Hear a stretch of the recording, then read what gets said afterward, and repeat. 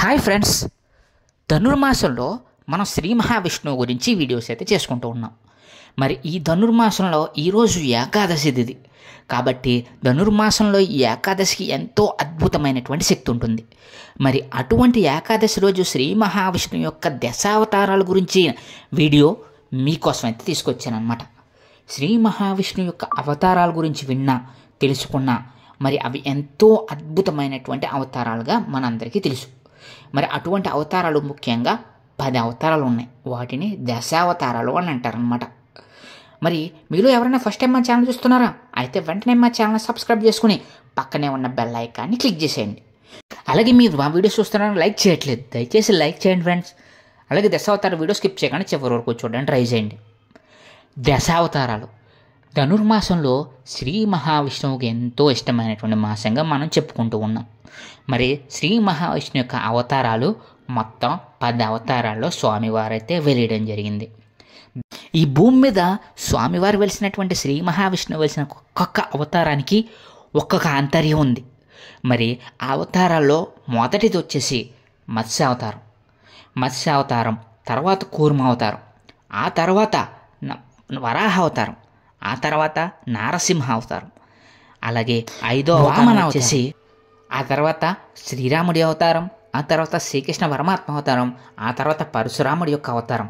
మరి చివరిగా దశావతారంలో 10వది అయినటువంటిది ఏంటంటే మరి మనకందరికీ తెలుసు కల్కి అవతారం అన్నమాట. ఈ విధంగా స్వామివారు వరాహ అవతారం ఎత్తారు. అలాగే మరి ఈ విధంగా తాబేలు సంబంధించినటువంటి కూర్మ అవతారం ఎత్తారు, మత్స్యావతారం ఎత్తారు, అలాగే కల్కి అవతారంతో ఎత్తడం జరిగింది. ఈ విధంగా దశావతారంలో స్వామివారు మనందరికీ కూడా అద్భుతంగా స్వామివారి యొక్క అవతారాలు అయితే ఉన్నాయి. మరి దీంట్లో మొదటి అవతారమైనటువంటి మత్స్యావతారం గురించి తెలుసుకుందామా? ఒకసారి త్రిలోకాధిపతి అయినటువంటి బ్రహ్మదేవుడు ఏం చేశాడనంటే తపస్సులో నిఘ్నమైపోయాడు. అంటే బ్రహ్మకి నిద్రలోకి వెళ్ళిపోయాడు అనమాట. బ్రహ్మకాలం నిద్రలోకి వెళ్ళిపోయాడు. ఆ టైంలో బ్రహ్మ నుంచి వేదాలనేవి ఏవైతే ఉన్నాయో ఆ వేదాలు అన్నీ కూడా మరి బయటపడిపోయినాయి అంట. అంటే ఆ వేదాలు అనేవి కూడా బ్రహ్మ నుంచి ఆ యొక్క వేదాలు అనేవి జారిపడిపోయినాయి. అలా జారిపడిపోయినప్పుడు హయగ్రీవుడు అనేటువంటి ఒక రాక్షసుడు బ్రహ్మ నుంచి జారిపడినటువంటి ఆ యొక్క వేదాలను దొంగిలించి తాను సముద్రంలోకి అయితే వెళ్ళిపోయాడు.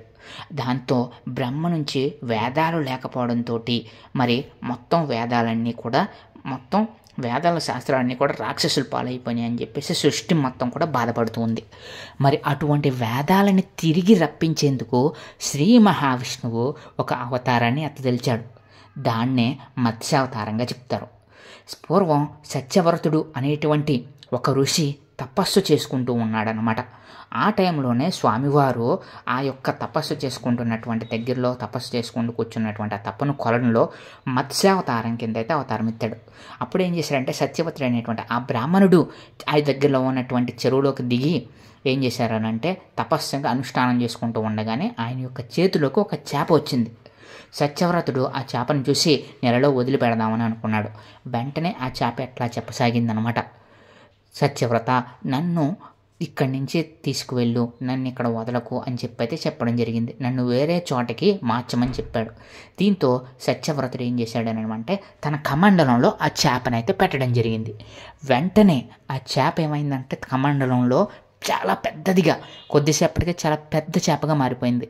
అది చూసినటువంటి సత్యవ్రతుడు అక్కడి నుంచి నదిలోకి మార్చడం జరిగింది. వెంటనే ఆ నదిలో ఉన్నటువంటి చేప ఇంకా పెద్దదిగా మారిపోయింది. మరి అదేవిధంగా ఇంకా సముద్రంలోకి వదిలేద్దామని చెప్పి సత్యవ్రతుడు ఏం చేశాడంటే ఈ చేపను సముద్రంలో వదిలేయడంతో ఇంకా పెద్ద చేప కింద మారిపోయింది. దాంతో ఆ యొక్క సత్యవ్రతుడికి అర్థమయ్యే ఓహో ఈ చేప మామూలు చేప కాదు, ఏదో అవతార పురుషుడు అని చెప్పేసి అయితే ప్రార్థించడం జరిగింది. వెంటనే శ్రీ మహావిష్ణువు అవతారంలో స్వామివారి దర్శనం ఇచ్చి సత్యవ్రత నేను మరి యొక్క వేదాలను రక్షించడానికి ఈ యొక్క మత్స్యావతారాన్ని ఎత్తాను. కాబట్టి వేదాలు లేకపోతే సృష్టి లేదు. కాబట్టి ఒక వారం రోజుల్లో ప్రళయం రాబోతుంది. నేను ఒక నావను పంపిస్తాను. ఆ నావలో ఒక్కొక్క జంతువుకు సంబంధించినటువంటి జాతిని మరి ఆ నావలోకి ఎక్కించి నువ్వు కూడా ఆ నావలోకి ఎక్కువ అని చెప్పడం జరుగుతుంది. వెంటనే శ్రీ మహావిష్ణువు ఆ విధంగా చెప్పి ఆ యొక్క మత్స్యావతారంలో వెళ్ళి మరి సముద్రంలో ఉన్నటువంటి హయగ్రీవ రాక్షసుడిని అవతరించి వేదాలను రక్షించడం జరిగింది. ఆ తర్వాత వారం రోజులకి ప్రళయం వచ్చేసింది. వెంటనే నావను పంపించి శ్రీ మహావిష్ణువు అందులో ఉన్న జంతువులందరినీ ఎక్కించి ఆ జంతువులో ఉన్నటువంటి ఆ యొక్క నావని సురక్షితంగా తీసుకెళ్ళడం జరిగిందనమాట. అప్పటి నుంచి కూడా సృష్టి కార్యాన్ని మళ్ళీ మొదలుపెట్టాడు మన శ్రీ మహావిష్ణువు. ఈ విధంగా వేదాలను రక్షించడానికి, సృష్టిని మరలా పునరుద్ధరించడానికి శ్రీ మహావిష్ణువు సాక్షాత్తు మత్స్యావతారాన్ని ఎత్తడం జరిగింది. మరి మత్స్యావతారం తర్వాత వచ్చినటువంటి అవతారం ఏంటంటే కూర్మావతారం. కూర్మావతారం అంటే మనందరికీ తెలుసు కదా, శ్రీ మహావిష్ణువు తాబేలు రూపంలో మరి ఆ యొక్క అవతారాన్ని ఎత్తడం జరిగింది.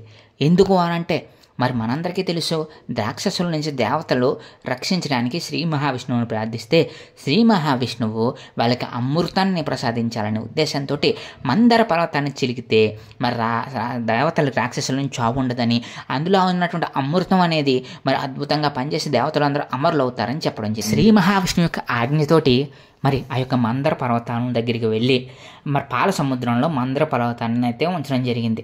అలాగే వాసుకుని తాడుగా చేసుకుని అటుపక్క రాక్షసులు ఇటుపక్క దేవదానవులు అందరూ కూడా చిలకడం జరుగుతుంది కదా.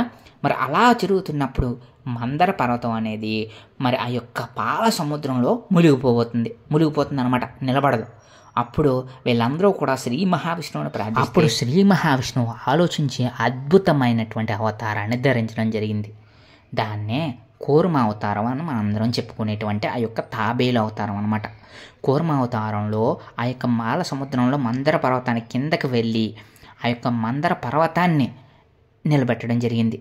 ఆ విధంగా మందర పర్వతానికి ఒక బేస్ కింద నిలబడితే దేవదానవులందరూ కూడా ఆ యొక్క మందర పర్వతంతో వాసుకొని కవ్వంగా చేసుకొని చిలికి వాళ్ళకి కావలసినటువంటి ఆ యొక్క అమృతం సాధించే వరకు కూడా చిలకడం జరిగిందనమాట. ఈ విధంగా శ్రీ మహావిష్ణువు దేవతల కోసం, సర్వలోక జనార్దన కోసం మరి ఆ విధంగా కూర్మ అవతారాన్ని అయితే ఎత్తడం జరిగింది. అలాగే మరి ఈ యొక్క మూడవ అవతారం ఏదైతే ఉందో మనందరికీ తెలిసినటువంటి అవతారమే మరి వరాహ అవతారం. స్వామివారు వరాహ అవతారాన్ని ఏ విధంగా ఎత్తారనేది మనందరికీ తెలుసు కదా.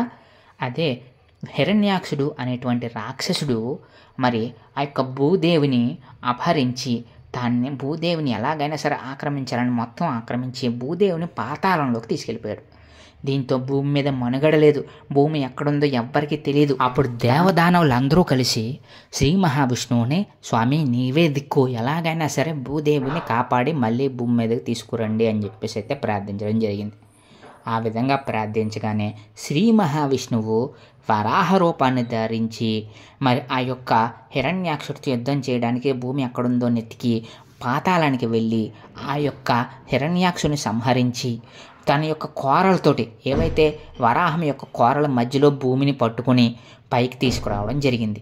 అందుకే భూమిని ఉద్ధరించిన వాడిగా వరాహస్వామిగా వరాహ అవతారంతో అద్భుతమైనటువంటి శ్రీ మహావిష్ణువు అవతారం వరాహ అవతారం ఒకటిగా చెప్తూ ఉంటారనమాట. అందుకే భూదేవికి ఆ శ్రీ మహావిష్ణువుకి వివాహం జరిగినటువంటి ప్రదేశం కూడా భూమి అంటే అంత గొప్ప ప్రదేశంగా చెప్తూ ఉంటారు.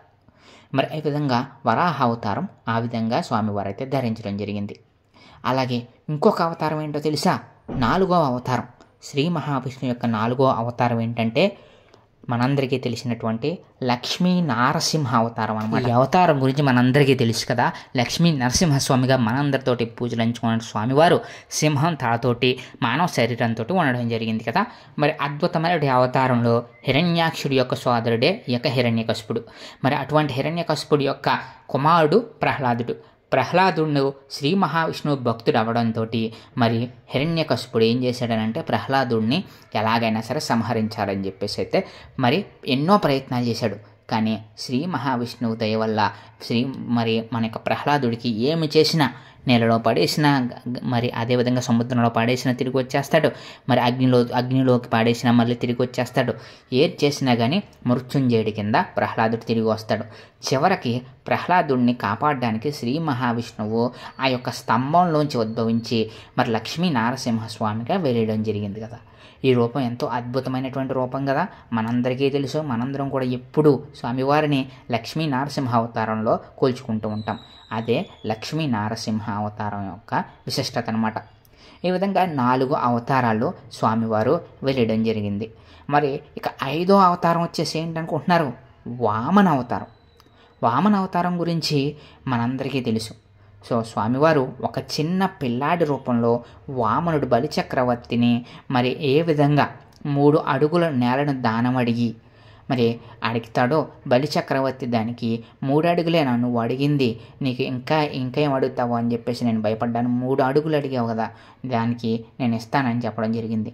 దాంతో స్వామివారి విశ్వరూపాన్ని చూపించి ఒక్క అడుగుతోటి అటు భూమండలాన్ని ఇటు మొత్తాన్ని, భూమండలం మొత్తాన్ని, 2వ అడుగుతోటి ఆకాశ మండలం మొత్తాన్ని ఆక్రమించి 3వ అడుగు బలిచక్రవర్తి యొక్క శిరస్సు మీద ఉంచి బలిచక్రవర్తిని పాతాళానికి తొక్కడం జరుగుతుంది కదా. ఇది ఎంతో అద్భుతమైనటువంటి అవతారంగా చెప్తూ ఉంటారు. ఈ విధంగా స్వామివారి యొక్క 5 అవతారాలు కూడా పూర్తయినాయి కదా. మిగిలిన అవతారాల కోసం, మరి మిగిలిన అవతారాల్లో మీకోసం వీడియో కావాలనుకుంటే మీరు దశావతారాల పార్ట్ 2 అని కామెంట్ చేయండి. నేను మిగిలిన 5 అవతారాలని కూడా వీడియో రూపంలో అయితే మీ ముందే తీసుకొస్తాను. ఇది ఫ్రెండ్స్ ఈరోజు మన వీడియో. ఈ వీడియో మీకు ఎలా అనిపించిందో మా కామెంట్ సెక్షన్లో కామెంట్ చేసి, మా ఛానల్ సపోర్ట్ దాకా సబ్స్క్రైబ్ చేసుకోకపోతే సబ్స్క్రైబ్ చేసుకొని మా ఛానల్కి సపోర్ట్ చేయండి friends. Thank you friends, thank you.